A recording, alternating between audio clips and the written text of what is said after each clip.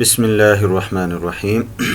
الحمد للہ رب العالمین والصلاة والسلام علی سید المرسلین محمد وعلی آلہ وصحبہ اجمعین اما بعد باب فی الکسب والعمل بیدہ۔ آج کے باب کا عنوان ہے الکسب والعمل بیدہ۔ کسب یکسب کسبن ہوتا ہے کمانا، اور عمل بالید ہاتھ سے کام کرنا۔ تو کام کرنے کے سلسلے میں، کمانے کے سلسلے میں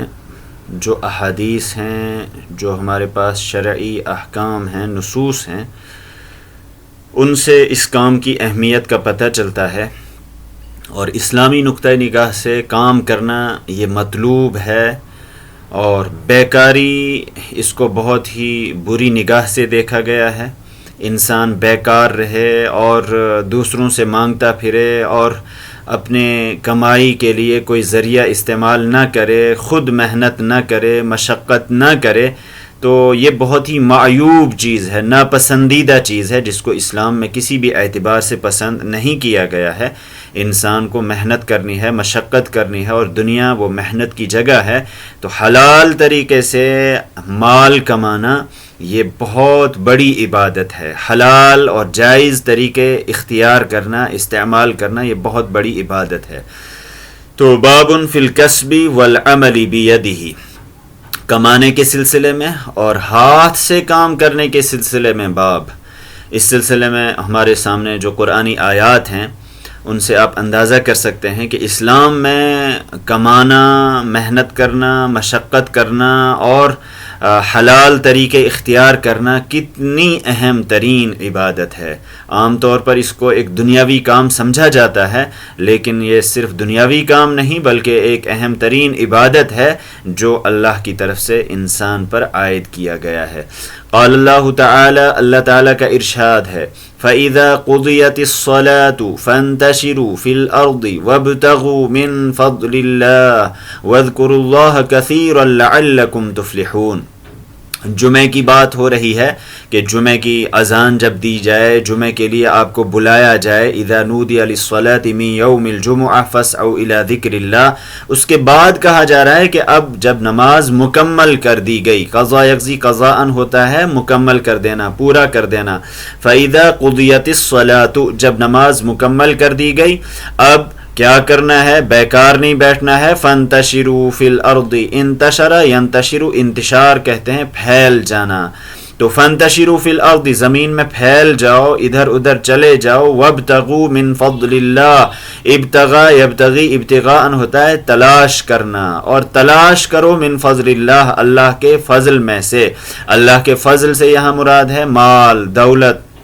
اور وہ چیزیں جن کی وجہ سے انسان زندہ رہ سکے، اس کو فضل اللہ کہا گیا ہے۔ یہ اللہ کا فضل ہے، اللہ کا عطیہ ہے، تو اس کو تلاش کرنا پڑے گا۔ گھر بیٹھے بٹھائے انسان کو اللہ کا یہ فضل نصیب نہیں ہو سکتا ہے۔ اللہ نے دنیا کا ایک قانون بنایا ہے۔ تو اب آپ غور کر سکتے ہیں کہ نماز کے ساتھ فضل اللہ کو تلاش کرنے کا حکم دیا جا رہا ہے۔ یہ کام کتنا اہم ہے اور اللہ کی طرف سے یہ حکم دیا جا رہا ہے، اس لیے یہ عبادت ہے۔ وَاذْكُرُوا اللَّهَ كَثِيرًا،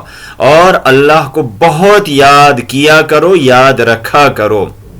یہاں جس سیاق میں یہ بات کہی جا رہی ہے، نماز کے بعد ذکر کیا جا رہا ہے۔ ایک نماز تو آپ نے مسجد کے اندر ادا کی، وہ بھی اللہ کا ذکر تھا، لیکن اب مسجد کے باہر بھی اللہ کو یاد رکھو، یاد کرو۔ اسی طرح سے یہاں جب تجارت کی بات کی گئی، تجارت کے سیاق میں اس کو بیان کیا گیا، اللہ کے ذکر کا مطلب یہاں یہ بھی ہے کہ اللہ کے عائد کردہ احکام کا خیال کرنا ہے، انسان حرام کا ارتکاب نہ کرے، حرام طریقے سے مال نہ حاصل کرے۔ وَاذْكُرُوا اللَّهَ كَثِيرًا، اللہ کو بہت یاد کرو، یاد رکھو، لَعَلَّكُمْ تُفْلِحُونَ، تاکہ آپ فلاح پا سکو، کامیاب ہو سکو۔ تو اس آیت سے بھی اللہ کے فضل کو، یعنی جائز طریقے سے مال کو حاصل کرنا، تجارت کو حاصل کرنا، اس کی اہمیت کا پتہ چل جاتا ہے۔ وقال تعالی، اللہ تعالیٰ نے دوسری آیت میں ارشاد فرمایا ہے، لیس علیکم جناح ان تبتغوا فضلا من ربکم حج کا تذکرہ کیا گیا، اس کے بعد حج کے دوران انسان تجارت بھی کر سکتا ہے ان ایام میں۔ انسان اس سلسلے میں چونکہ زمانہ جاہلیت میں اس کو معیوب سمجھا جاتا تھا کہ ایک حج کرنے والا شخص وہ حج کرنے کے لیے گیا، اب وہ تجارت ہی نہیں کر سکتا ہے، تجارت کرنا اس کے لیے حرام ہے۔ تو اسلام میں اس چیز کی بھی گنجائش ہے کہ لیس علیکم جناح، آپ پر کوئی گناہ نہیں ہے، کوئی حرج نہیں ہے، ان تبتغوا کہ آپ تلاش کرو فضلا من ربکم اپنے رب کی طرف سے فضل کو۔ تو فضل سے یہاں مال ہی مراد ہے، حلال اور جائز چیزیں مراد ہیں۔ تو حج کے دوران بھی انسان خرید و فروخت کر سکتا ہے، تجارت کر سکتا ہے۔ تو جب وہاں پر گنجائش ہے تو عام حالات میں تو ضرور اس گنجائش کو اختیار کیا جانا چاہیے۔ اب ایک اصولی بات اللہ تعالیٰ نے ارشاد فرمائی، بیکار رہ کر کوئی چیز کھانا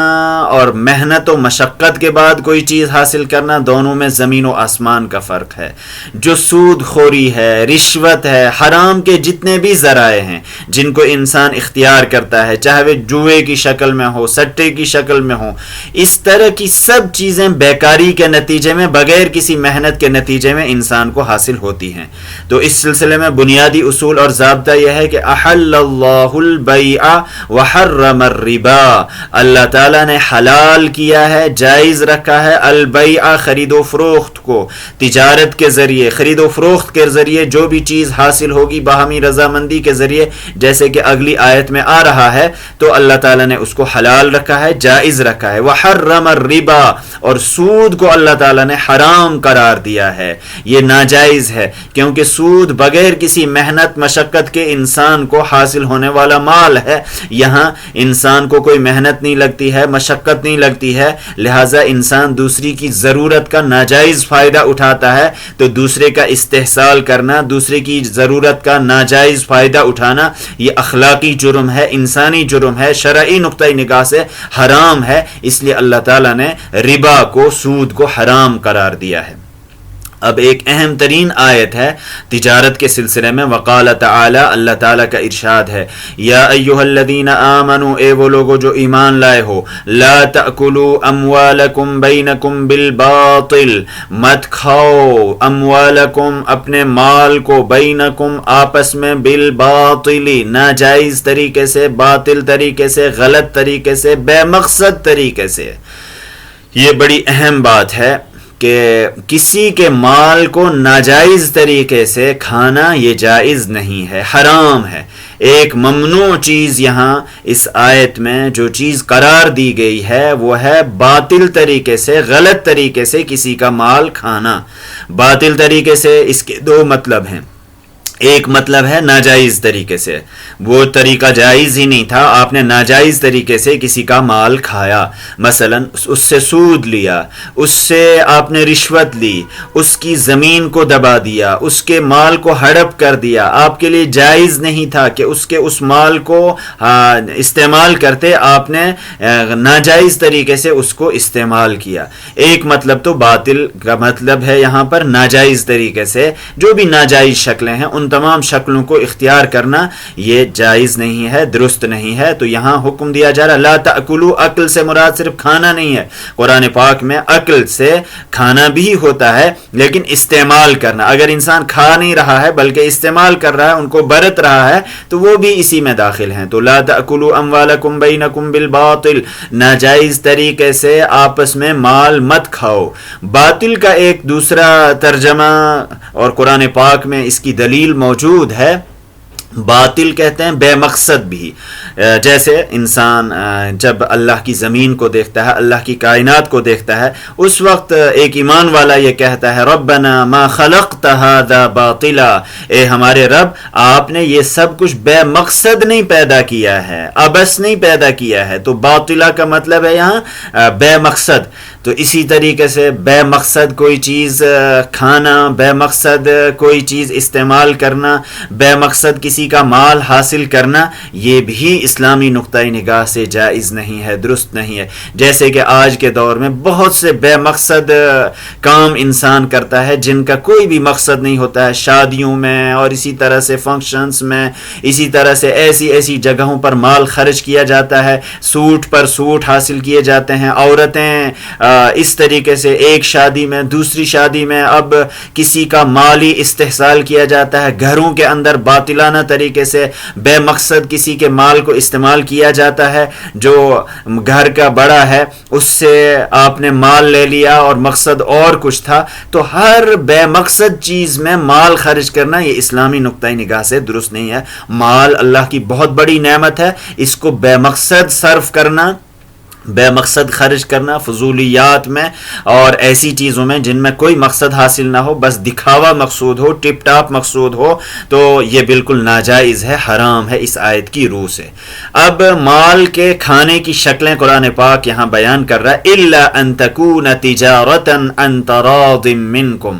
ہاں اگر کوئی تجارت ہے، عن تراض منکم، ترازا یترازا، ترازین ہوتا ہے رضامندی، راضی ہونا، ایگریمنٹ ہے، دونوں راضی ہیں کسی چیز پر کہ ہاں ہم اس ایگریمنٹ کو کر رہے ہیں، تجارت ہے. تو ایک تو تجارت ہو، اس کے ساتھ ساتھ پھر دونوں کی رضامندی بھی ہو. تو تجارت کا بنیادی اصول ہی یہ ہے کہ تجارت میں دو لوگوں کی چیزیں ہوتی ہیں، یا ایک شخص کی چیز ہے دوسرے شخص کی محنت ہے، ایک شخص کی چیز ہے دوسرے شخص کا مال ہے. تو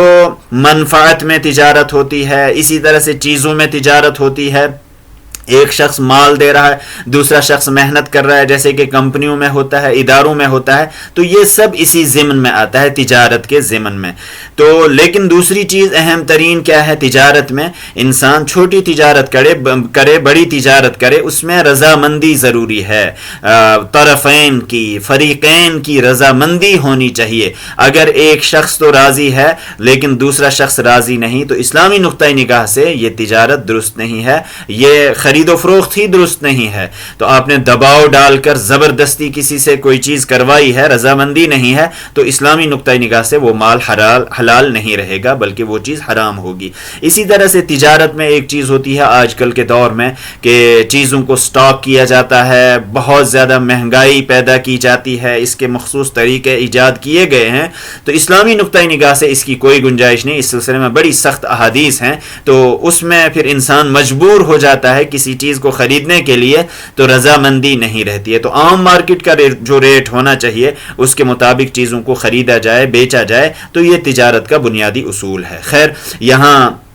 تجارت کو اور آپسی لین دین کو جائز قرار دیا. اس طریقے سے اگر آپ کو مال حاصل ہوتا ہے تو کوئی حرج نہیں، اس کو آپ کھا سکتے ہیں. وَلَا تَقْتُلُوا أَنفُسَكُمْ، ایک دوسری چیز کا اب تذکرہ کیا جا رہا ہے کہ اپنے آپ کو قتل مت کرو، اپنے آپ کو ہلاک مت کرو. عجیب بات لگ رہی ہے کہ مال کے ساتھ جان کا تذکرہ کیا جا رہا ہے، چونکہ بہت گہرا تعلق ہے مال اور جان کا. جو شخص حرص کا شکار ہو گیا، لالچ کا شکار ہو گیا، اب وہ کسی کو قتل بھی کر سکتا ہے. اور دنیا میں جتنے قتل ہوتے ہیں اس کے پیچھے اگر آپ دیکھیں گے کوئی نہ کوئی فائدہ ہی پیش نظر ہوتا ہے. وہ شخص حریص ہوتا ہے، مال چاہتا ہے، جائیداد چاہتا ہے، یا اپنے آپ کو کسی نقصان سے بچانا چاہتا ہے. اس لیے اسلام میں اس چیز کو ممنوع قرار دیا گیا کہ وَلَا تَقْتُلُوا أَنفُسَكُمْ، اور یہاں انفس کے ذریعے تعبیر کیا گیا. انسان دوسرے کا قتل کرتا ہے، لیکن یہاں بتایا جا رہا ہے کہ دوسرے کا قتل کرنا گویا کہ اپنے آپ کو ہلاک کرنا ہے. وَلَا تَقْتُلُوا أَنفُسَكُمْ، ایک دوسرے کو قتل مت کرو، ہلاک مت کرو. اور اس کے ساتھ ساتھ ایک اہم نقطہ اس آیت میں یہ بھی ہے کہ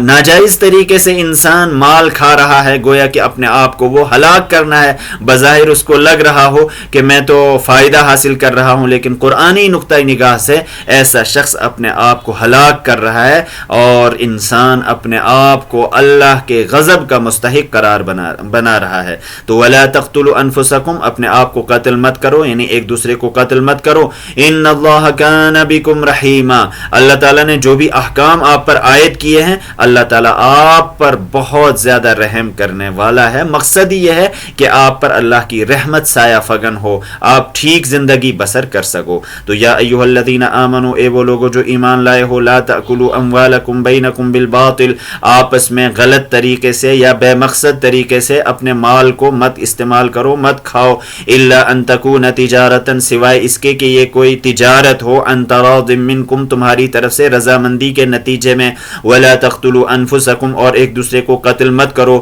ان اللہ کان بکم رحیما، بے شک اللہ تعالیٰ تم پر بہت رحم کرنے والا ہے۔ اس کے بعد اہم لوگوں کی صفت بیان کی جا رہی ہے جو ایمان والے ہوتے ہیں، جو اللہ کے مقرب بندے ہوتے ہیں، وہ کیسے لوگ ہوتے ہیں۔ وقال تعالی، اللہ تعالیٰ کا ارشاد ہے، رجال لا تلہیہم تجارت ولا بیع عن ذکر اللہ، ایمان والوں کی صفت بیان کی جا رہی ہے کہ وہ لوگ اللہ کے ذکر سے، نماز قائم کرنے سے اور اللہ کے احکام سے وہ غافل نہیں ہوتے ہیں۔ تو رجال یہ ایسے مرد ہیں، ایسے لوگ ہیں، لا تلہیہم، ان کو غافل نہیں کرتی ہے، الہا یلہی الہاء کہتے ہیں غافل کر دینا، جیسے الہاکم التکاثر، تکاثر نے، ایک دوسرے کے ساتھ مالی کمپٹیشن نے، زندگی کے کمپٹیشن نے تم کو غافل کر دیا ہے۔ تو لا تلہی، تو ان کو غافل نہیں کرتی ہے تجارت، ان کوئی خرید و فروخت، ولا بیع، نہ کوئی تجارت اور نہ کوئی خرید و فروخت، عن ذکر اللہ، اللہ کی یاد سے، اللہ کے ذکر سے۔ تو یہاں بھی بیع کا، تجارت کا تذکرہ کیا گیا، اس کا مطلب یہ ہے کہ اگر کوئی تجارت، کوئی خرید و فروخت اللہ کے ذکر سے غافل نہ کرے تو انسان اس تجارت کو کر سکتا ہے، اور یہ عمل نبیوں نے کیا ہے، صحابہ کرام نے کیا ہے، تو اسلامی نقطہ نگاہ سے یہ چیز مطلوب قرار پاتی ہے اگر جائز طریقہ استعمال کیا گیا۔ اس کے بعد جو ہمارے سامنے احادیث ہیں، سب سے پہلی حدیث ہے عن زبیر بن العوام رضی اللہ عنہ، حضرت زبیر بن عوام رضی اللہ تعالی عنہ سے روایت ہے، فرماتے ہیں قال رسول اللہ صلی اللہ علیہ وسلم، کہ اللہ کے رسول صلی اللہ علیہ وسلم نے ارشاد فرمایا، لَأَن يَأْخُذَ أَحَدُكُمْ حَبْلَهُ ثُمَّ يَأْتِي الْجَبَلَ فَيَأْتِي بحزمة من حطب على ظهره فيبيعها فيكف الله بها وجهه خير له من أن يسأل الناس أعطوه أم منعوه، رواہ البخاری۔ اللہ کے رسول صلی اللہ علیہ وسلم ہاتھ سے کام کرنے کی اہمیت بیان فرما رہے ہیں کہ مانگنے کے بجائے انسان کو کام کرنا چاہیے۔ لَأَن یأخذ احدکم حبلہ، حبل کہتے ہیں، حبل کی جمع حبال، رسی کو کہتے ہیں۔ یہ بات کہ تم میں سے کوئی شخص لے حبلہ، اپنی رسی، تم میں سے ایک شخص اپنی رسی لے لے، ثم یأتی الجبل، اس کے بعد وہ کسی پہاڑ پر چلا جائے، پہاڑ پر رسی لے کر کیا کرے گا، وہاں لکڑیاں جمع کرے گا اور محنت کرے گا، لکڑیاں کاٹے گا، جمع کرنے کے بعد لا کر اس کو بیچے گا۔ تو لأن یأخذ احدکم حبلہ، یہ بات کہ تم میں سے کوئی شخص اپنی رسی لے، ثم یأتی الجبل، اس کے بعد وہ پہاڑ پر جائے، فَيَأْتِيَ بِحُزْمَةٍ مِّنْ حَطَبٍ، حزمتن کہتے ہیں گٹھر کو، لکڑیوں کا جو جمع کیا ہوا مجموعہ ہو، اس کو جو بندھا ہوا ہو اس کو حزمتن کہیں گے۔ تو اور حطبن لکڑیوں کے لیے استعمال ہوتا ہے، اس کی جمع احطاب، اور بذات خود لفظ حطب یہ اس میں جنس کے طور پر بھی استعمال ہوتا ہے، بہت سی لکڑیاں، لکڑیوں کا مجموعہ۔ تو فیاتیا، وہ لے کر آئے، بحزمتن، ایک گٹھر، من حطبن، لکڑیوں کا، تو لکڑیوں کا ایک گٹھر لے کر آئے، علی ظہرہ، اپنی پیٹھ پر محنت کر رہا ہے، لکڑیاں کاٹ رہا ہے، لکڑیاں جمع کر رہا ہے، ان کو باندھ کر لا رہا ہے، اس کے بعد اپنی پیٹھ پر اٹھا کر لا رہا ہے، فیبیعہا، اس کے بعد ان کو وہ بیچے، اور بیچنے کے بعد اس کو مال حاصل ہوگا تو مانگنا نہیں پڑے گا، اس کو شرم نہیں آئے گی، ندامت نہیں ہوگی، تو فیکف اللہ بہا وجہہ، اللہ کے رسول صلی اللہ علیہ وسلم یہاں بیان فرما رہے ہیں کہ بیچنے کے بعد اب وہ گویا کہ خود کفیل ہو گیا، تو فیکف اللہ، کف یکف، کفن ہوتا ہے بچا لینا، محفوظ کر لینا، تو اللہ تعالیٰ اس کے چہرے کو محفوظ کرے گا، یعنی اس کو شرم کا سامنا نہیں کرنا پڑے گا، کسی کے سامنے دست سوال دراز نہیں کرنا پڑے گا، تو فیکف اللہ بہا وجہہ، لفظی ترجمہ ہوگا اللہ تعالیٰ اس کے چہرے کو محفوظ کرے گا یعنی اس کو خود کفیل بنا دے گا اس کے ذریعے. تو یہ بات کیا ہے؟ خیر لہ، اس کے لیے بہت بہتر ہے، من اس بات کے مقابلے میں، ان یسأل الناس کہ وہ لوگوں سے سوال کرے، اعطوہ ام منعوہ، اعطوہ لوگ اس کو دے دیں، ام منعوہ یا منع کر دیں. تو اس صورت میں ایک تو اگر وہ دے بھی دیتے ہیں تو اس کو شرم آئے گی مانگنے میں، جو ندامت ہوتی ہے. تو لوگ دے بھی سکتے ہیں، کہہ سکتے ہیں نہیں ہم نہیں دے رہے ہیں تمہیں، تو اس کو شرم کا سامنا کرنا پڑ سکتا ہے. تو یہ بات زیادہ بہتر ہے کہ انسان اپنی رسی اٹھائے، اٹھانے کے بعد پہاڑ پر چلا جائے، وہاں سے لکڑیوں کا ایک گٹھر اٹھا کر اس کو بیچ دے. تو اس کے نتیجے میں جو مال اس کو حاصل ہوگا تو اللہ تعالیٰ اس کی عزت کو محفوظ رکھے گا. تو لَأَن يَأْخُذَ أَحَدُكُمْ حَبْلَهُ، یہ بات کہ تم میں سے کوئی شخص اپنی رسی اٹھائے، ثُمَّ يَأْتِيَ الْجَبَلَ، اس کے بعد وہ پہاڑ پر چلا جائے، فَيَأْتِيَ بِحُزْمَةٍ مِّنْ حَطَبٍ، پھر وہ لکڑیوں کا ایک گٹھر لے کر آئے، عَلَى ظَهْرِهِ، اپنی پیٹھ پر ظہرن کی جمع ظہور، پیٹھ کو کہتے ہیں. فَيَبِيعَهَا، اس کے بعد وہ اس کو بیچ دے. فَيَكُفَّ اللَّهُ بِهَا وَجْهَهُ، تو اللہ تعالیٰ اس کی عزت کو اس کے ذریعے محفوظ کر لے. یعنی لفظی ترجمہ تو ہوگا اللہ تعالیٰ اس کے چہرے کو محفوظ کر لے، یعنی اس کو باعزت بنا دے، اس کی عزت کو محفوظ کر دے. خیر لہ، یہ اس کے لیے کہیں بہتر ہے اس بات کے مقابلے میں، من ان یسأل الناس، کہ وہ لوگوں سے سوال کرے، اعطوہ ام منعوہ، چاہے لوگ اس کو دے دیں یا اس کو منع کر دیں. رواہ البخاری، امام بخاری رحمۃ اللہ علیہ نے اس کو روایت کیا ہے. تو اس حدیث سے بھی معلوم ہوا کہ ہاتھ سے کمانا، محنت کرنا، مشقت کرنا کتنا بہتر عمل ہے، اور یہ بہرحال ہر اعتبار سے بہتر ہی بہتر ہے، اللہ کی نگاہ میں بھی اور انسانوں کی نگاہ میں بھی یہ بہتر ہے. اور رسول اللہ صلی اللہ علیہ وسلم نے بھی اسی بات کو یہاں سمجھایا ہے. عن المقدام ابن معدی کربہ رضی اللہ عنہ عن النبی صلی اللہ علیہ وسلم قال، حضرت مقدام بن معدی کرب رضی اللہ تعالیٰ عنہ سے روایت ہے، وہ نبی کریم صلی اللہ علیہ وسلم سے روایت کرتے ہیں کہ آپ نے فرمایا. اب دو طرح سے انسان کھا سکتا ہے، ایک تو کسب الید، ہاتھ سے کما کر، اور ایک فری میں بیٹھ کر بیکاری کے نتیجے میں. تو اللہ کو بہرحال یہ پسند نہیں ہے. تو حضور صلی اللہ علیہ وسلم یہاں بتا رہے ہیں کہ سب سے بہتر کھانا کون سا ہے؟ ما اکل احد طعاما قط خیرا من ان یأکل من عمل یدیہ وان نبی اللہ داود علیہ السلام کان یأکل من عمل یدہ. ما اکل، نہیں کھایا، احد کسی نے، طعاما کوئی کھانا، قط کبھی بھی کسی نے کوئی کھانا نہیں کھایا، خیرا جو زیادہ بہتر ہو، من ان یأکل، اس بات کے مقابلے میں، اس کھانے کے مقابلے میں، ان یأکل کہ وہ کھائے، من عمل یدیہ اپنے ہاتھ کا کمایا ہوا. یعنی ہاتھ کا کمایا ہوا کھانا یہ سب سے زیادہ بہتر ہے تمام کھانوں کے مقابلے میں. تو ما اکل احد طعاما قط، کسی نے کبھی کوئی کھانا نہیں کھایا، خیرن جو زیادہ بہتر ہو اس کھانے کے مقابلے میں، ان یأکل من عمل یدیہ ہاتھ کے کمائے ہوئے کھانے کے مقابلے میں، جو خود اپنے ہاتھ سے کمایا ہو وہ سب سے زیادہ بہتر کھانا ہے. پھر اللہ کے رسول صلی اللہ علیہ وسلم نے اس کی دلیل بھی دی کہ نبی وہ سب سے بہتر انسان ہوتے ہیں، لیکن نبی وہ بھی کام کیا کرتے تھے. اور حضرت داؤد علیہ السلام کی یہاں مثال دی جا رہی ہے، وَإِنَّ نَبِيَّ اللَّهِ داؤد، حضرت داؤد علیہ السلام كَانَ يَأْكُلُ مِنْ عَمَلِ يَدِهِ، وہ اپنے ہاتھ کی کمائی کا کھانا کھاتے تھے. قرآن پاک میں تذکرہ ہے کہ وہ زرہیں بناتے تھے، لوہاری کا کام کرتے تھے، لوگوں کو طرح طرح کی چیزیں بنا کر دیتے تھے. تو اس کے بعد ان کو جو کمائی حاصل ہوتی تھی اسی میں سے کھاتے تھے. تو لوگوں سے وہ مانگتے نہیں تھے بلکہ ہاتھ کی کمائی کھاتے تھے. تو اس سے اس ہاتھ کی کمائی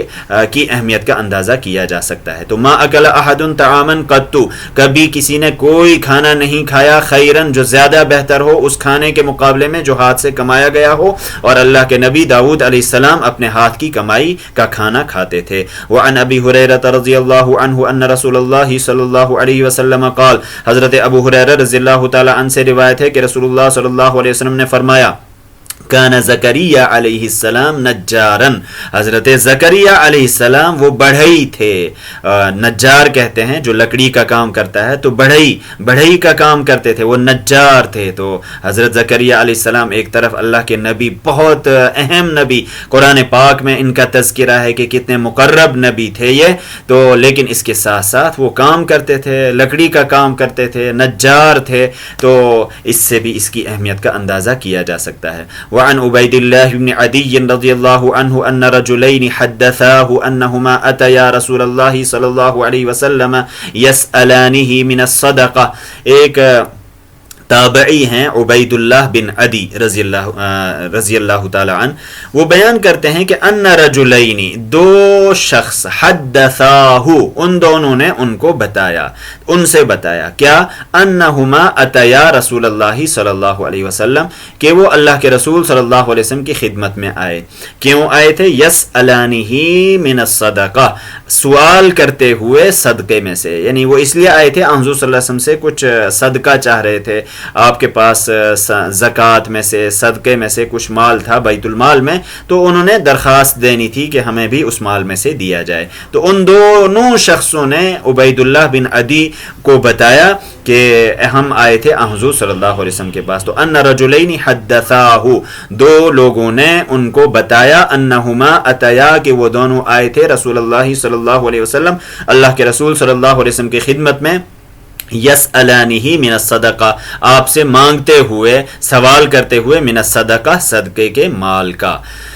آپ صلی اللہ علیہ وسلم کے پاس جب وہ دونوں آئے تو وہاں کیا ری ایکشن سامنے آیا؟ فقلب فیہما البصر، قلب یقلب، تقلیب ہوتا ہے الٹنا پلٹنا، تو قلب البصر، اوپر سے نیچے تک دیکھنا، تو آپ صلی اللہ علیہ وسلم نے ان دونوں کو اوپر سے نیچے تک دیکھا کہ یہ ہٹے کٹے کیسے نوجوان ہیں، تو فقلب فیہما البصر، آپ صلی اللہ علیہ وسلم نے نگاہ دوڑائی ان دونوں کے جسموں پر اوپر سے نیچے تک، فرآہما جلدین، جلدن کہتے ہیں مضبوط کو، توانا کو، تو آپ صلی اللہ علیہ وسلم نے ان دونوں کو دیکھا کہ وہ تو مضبوط ہیں، قوی ہیں، طاقتور ہیں۔ فقال، تو آپ صلی اللہ علیہ وسلم نے فرمایا، دیکھو بھائی، آپ نظر تو آ رہے ہو ٹھیک ٹھاک، مضبوط، توانا، اب مجھے پتہ نہیں آپ کے حالات کیا ہیں، تو اب آپ ہی خود فیصلہ کرو، ان شئتما اعطیتکما، ان شئتما، اگر تم دونوں چاہو، شاء ہوتا ہے چاہنا، شاء یشاء مشیئتن، تو ان شئتما، اگر تم دونوں چاہو، اعطیتکما، میں تمہیں صدقے میں سے دے دوں گا، ولا حظ فیہا لغنی او لقوی مقتصب، لیکن آپ صلی اللہ علیہ وسلم نے ایک اصول بتا دیا، ضابطہ بتا دیا، کہ ضابطہ کیا ہے؟ ولا حظ، حظن کہتے ہیں حصے کو، کوئی حصہ نہیں ہے، فیہا، اس صدقے میں، زکوٰۃ میں، صدقے میں کوئی حصہ نہیں ہے، کس کے لیے؟ لغنی، مالدار کے لیے، جو خود بے نیاز ہو، جو خود مالدار ہو، اس کے لیے اس زکوٰۃ اور صدقے میں کوئی حصہ نہیں ہے، یا دوسرا شخص وہ، او لقوی مقتصب، قوی ہوتا ہے طاقتور، اور مقتصبن کمانے والا، اکتسب یکتسب اکتسابن کمانا، تو کمانے والے طاقتور کے لیے بھی اس میں کوئی حصہ نہیں ہے۔ ایک تو مالدار کوئی شخص ہے، اس کو بھی صدقے اور زکوٰۃ میں سے نہیں مل سکتا ہے، اور دوسرا وہ شخص جو خود طاقتور ہے، توانا ہے اور کما سکتا ہے، اس کے لیے بھی اس میں کوئی حصہ نہیں ہے۔ تو بجائے اس کے کہ انسان کسی سے مانگے اور زکوٰۃ اور صدقہ حاصل کرنے کی کوشش کرے، جا کر لوگوں کے سامنے دستے سوال دراز کرے، اس کے مقابلے میں بہتر یہ ہے کہ انسان خود کام کرے، تو اس میں بھی آپ صلی اللہ علیہ وسلم نے یہی ضابطہ بیان فرمایا ہے۔ تو حضرت عبید اللہ بن عدی رضی اللہ تعالی عنہ سے روایت ہے کہ دو شخص حدثاہ، ان دونوں نے ان کو بتایا، انہما اتیا رسول اللہ صلی اللہ علیہ وسلم، کہ وہ دونوں اللہ کے رسول صلی اللہ علیہ وسلم کی خدمت میں آئے، یسألانہ، آپ سے مانگتے ہوئے، من الصدقہ، صدقے کے مال کو، فقلب فیہما البصر، آپ صلی اللہ علیہ وسلم نے ان دونوں میں نگاہ دوڑائی، یعنی اوپر سے نیچے تک ان کو دیکھا، فرآہما جلدین، آپ صلی اللہ علیہ وسلم نے ان دونوں کو مضبوط دیکھا، تو قوی دیکھا، فقالا، تو آپ نے فرمایا، ان شئتما، اگر تم دونوں چاہو، اعطیتکما، میں تمہیں دے دوں گا، ولا حظ فیها، اور کوئی حصہ نہیں ہے اس صدقے میں، اس مال میں، لغنی کسی مالدار کے لیے، او لقوی مکتسب یا کمانے والے طاقتور شخص کے لیے اس میں کوئی حصہ نہیں ہے۔ رواہ ابو داود، امام ابو داود رحمۃ اللہ علیہ نے اس کو روایت کیا ہے، والنسائی اور امام نسائی نے، واللفظ لہ اور امام نسائی کے یہ الفاظ ہیں، یعنی الفاظ تھوڑے سے مختلف ہیں دونوں روایات کے، یہاں جو الفاظ نقل کیے جا رہے ہیں وہ امام نسائی رحمۃ اللہ علیہ کے ہیں۔ اس کے بعد کی روایت ہے عن عبداللہ بن عمرو بن العاص رضی اللہ عنہما ان رسول اللہ صلی اللہ علیہ وسلم قال، حضرت عبداللہ بن عمرو بن عاص رضی اللہ تعالی عنہما سے روایت ہے کہ رسول اللہ صلی اللہ علیہ وسلم نے ارشاد فرمایا، من ولی یتیما فلیتجر ولا یترکہ حتی تأکلہ الصدقہ۔ یہاں بھی ایک اہم اصول بیان کیا جا رہا ہے، اور قرآن پاک میں بھی اس کو بیان کیا گیا ہے۔ کبھی کبھی کوئی بچہ چھوٹا ہوتا ہے، وہ ابھی اپنے مال کو ٹھیک طریقے سے استعمال نہیں کر سکتا ہے، تو اس کا ولی ہے، اس کا سرپرست ہے، بڑا ہے کوئی بھی شخص، تو اس کا وہ نگہبان ہوتا ہے، تو اس کے مال کو ایک تو یہ ہے کہ وہ ہڑپ کر جائے، کھا لے باطل طریقے سے، یہ تو بالکل ناجائز ہے، حرام ہے۔ اسی طرح سے اس کے مال کو چھوڑ کر رکھ دینا، اس میں بڑھانے کی کوئی فکر نہ کرنا، یہ بھی درست بات نہیں ہے۔ حضور صلی اللہ علیہ وسلم نے اس حوالے سے یہ بات ارشاد فرمائی ہے کہ آپ اس کو تجارت میں لگا سکتے ہیں بچے کی رضامندی سے، اور بہتر یہ ہے کہ اس کو بڑھانے کی کوشش کی جائے۔ تو من ولی یتیمن، من ولی یہ ہوتا ہے والی ہونا، سرپرست بننا، جو کسی یتیم کا والی بنے، سرپرست بنے، فلیتجر، تو اس شخص کو اس کے مال میں تجارت کرنی چاہیے۔ اتجر یتجر اتجارن، تجارت کرنا، تو جو کسی یتیم کا ولی بنے، سرپرست بنے، فلیتجر، تو اس کو تجارت کرنی چاہیے، یعنی اس کے مال کو تجارت میں لگانا چاہیے۔ ولا یترکہ، اور اس کو ترک نہ کر دے، چھوڑ نہ دے، حتی تأکلہ الصدقہ، یہاں تک کہ صدقہ ہی اس کو کھا لے۔ صدقہ کھانے کا مطلب کیا ہے؟ صدقہ اس کو کھا لے گا، ایک سال بھی زکوٰۃ دی، اب دوسرے سال بھی زکوٰۃ واجب ہو رہی ہے، تیسرے سال بھی زکوٰۃ واجب ہو رہی ہے، صرف زکوٰۃ پر زکوٰۃ دی جا رہی ہے، اور اس مال کو استعمال نہیں کیا جا رہا ہے، ایک مانگنے کے لیے آ رہا ہے اس کو دیا جا رہا ہے، دوسرا آ رہا ہے دوسرے کو دیا جا رہا ہے۔ تو صدقہ سے مراد یہاں زکوٰۃ بھی ہے، لیکن اس کے ساتھ ساتھ استعمال، کہ اس کو استعمال کرتے کرتے کرتے یہاں تک کہ وہ مال ہی ختم ہو جائے، یہ بہتر نہیں ہے۔ اس کے بجائے انسان کو تجارت میں بھی لگانا چاہیے تاکہ مال بڑھتا بھی رہے۔ تو من ولی یتیمن، جو کسی یتیم کا والی ہوا، سرپرست بنا، فلیتجر، اس کو تجارت کرنی چاہیے اس کے مال میں، ولا یترک، اس مال کو چھوڑے نہیں رکھنا چاہیے، حتی تأکلہ الصدقہ، یہاں تک کہ صدقہ یا استعمال کی وجہ سے وہ ختم ہی ہو جائے۔ عن ابی ہریرہ رضی اللہ عنہ ان رسول اللہ صلی اللہ علیہ وسلم مر علی صبرۃ طعام فادخل یدہ فیہا فنالت اصابعہ بللا۔ اس حدیث میں اب حضور صلی اللہ علیہ وسلم ناجائز طریقے سے جو مال حاصل کیا جاتا ہے، کسی کو دھوکہ دے کر، کسی کو فریب دے کر، اس کی کیا کیا شکلیں ہو سکتی ہیں، اس کو اللہ کے رسول صلی اللہ علیہ وسلم یہاں بیان فرما رہے ہیں۔ حضرت ابو ہریرہ رضی اللہ تعالیٰ عنہ سے روایت ہے ان رسول اللہ صلی اللہ علیہ وسلم مر یمر، مرور ہوتا ہے گزرنا، اور صبرتن کہتے ہیں ڈھیر کو، صبرتن کی جمع صبرن، گلے کا کھانے کا جو ڈھیر ہوتا ہے اس کو صبرہ کہتے ہیں۔ تو صبرتی طعامن، آپ صلی اللہ علیہ وسلم کھانے کے گلے کے ایک ڈھیر کے پاس سے گزرے، تو آپ صلی اللہ علیہ وسلم چونکہ بازار جاتے تھے، چیک کرتے تھے مارکیٹ کا کیا حال ہے، کون کیا کر رہا ہے، تو فَأَدْخَلَ يَدَهُ فِيهَا، آپ صلی اللہ علیہ وسلم نے اس ڈھیر کے اندر اپنا ہاتھ داخل کیا، اندر ڈالا ہاتھ، فَنَالَتْ أَصَابِعُهُ بَلَلًا،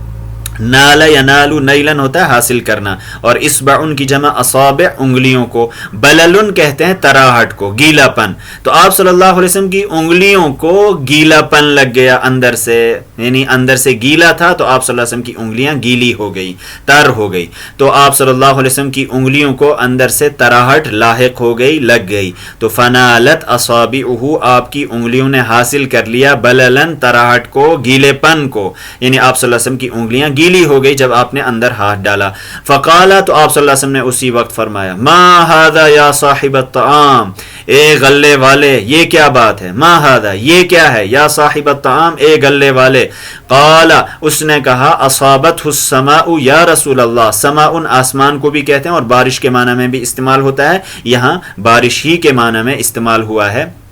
تو بارش ہو یا اسی طریقے سے شبنم ہوتی ہے اس کے لیے بھی استعمال کیا جا سکتا ہے. تو اصابت السما، اس کو یا تو شبنم لگ گئی ہے یا بارش، دونوں چیزیں مراد ہو سکتی ہیں. تو اصابت ہو، اس غلے کو لگ گئی ہے شبنم، یا اس غلے کو بارش پڑ گئی تھی یا رسول اللہ، اللہ کے رسول صلی اللہ علیہ وسلم، اس لیے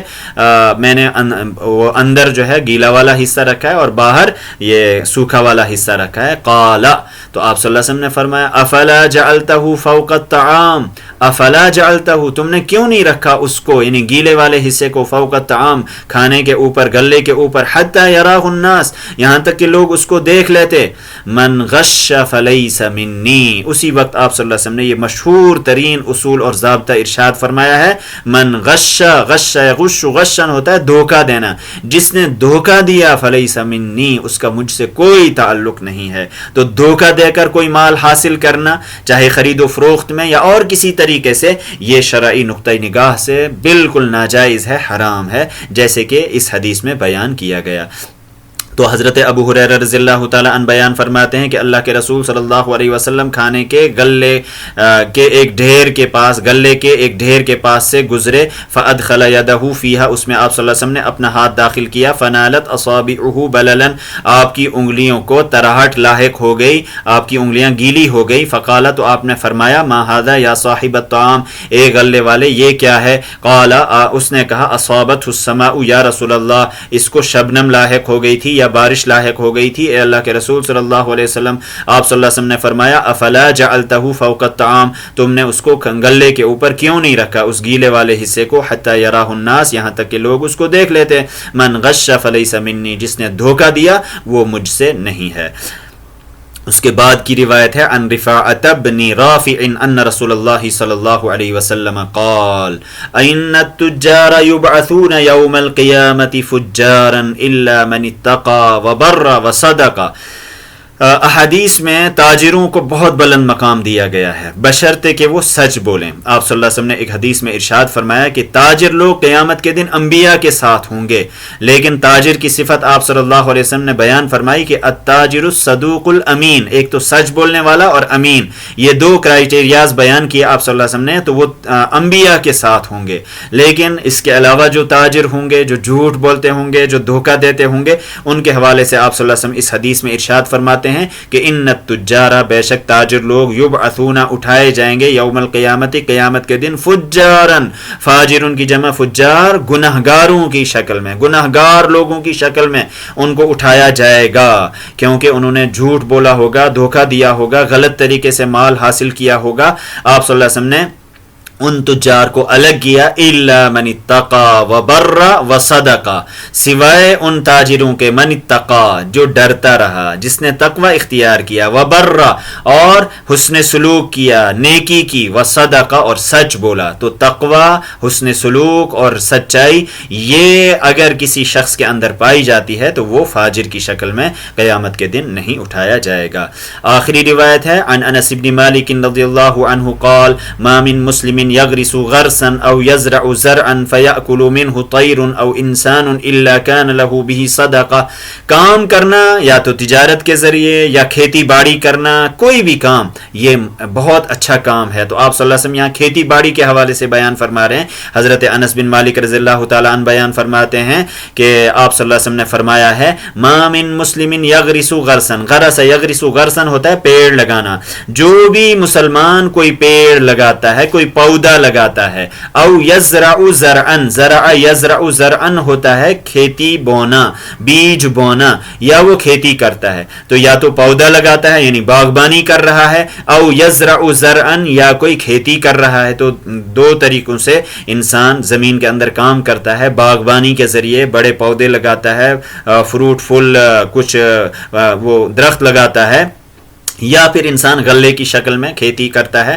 فَيَأْكُلُ مِنْهُ طَيْرٌ، اب ایک تو وہ خود کھائے گا، اس میں سے فائدہ ہوگا، لیکن اگر فیاکلو کھاتا ہے اس میں سے طیرن کوئی جانور بھی، کوئی پرندہ کھا لیتا ہے، او انسان یا کوئی انسان آ کر اس کو خراب کر لیتا ہے، کھا لیتا ہے، الا کان لہ بہ صدقہ، مگر اس شخص کے لیے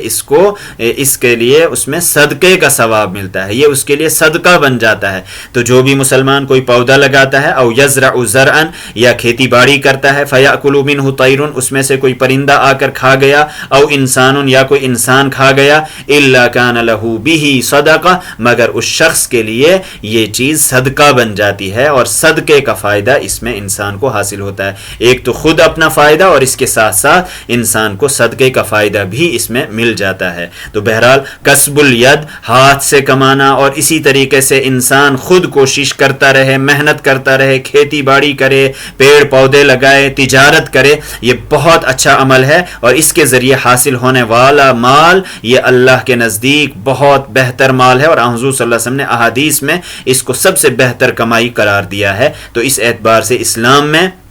بیکاری وہ بالکل پسند نہیں ہے، انسان کو ہمیشہ کام کرتے رہنا چاہیے، اور اس میں انسان کو عبادت کی نیت سے کام کرتے رہنا چاہیے۔ اللہ تبارک و تعالی ہمیں حلال مال کھانے کی توفیق عطا فرمائے۔ وآخر دعوانا ان الحمد للہ رب العالمین۔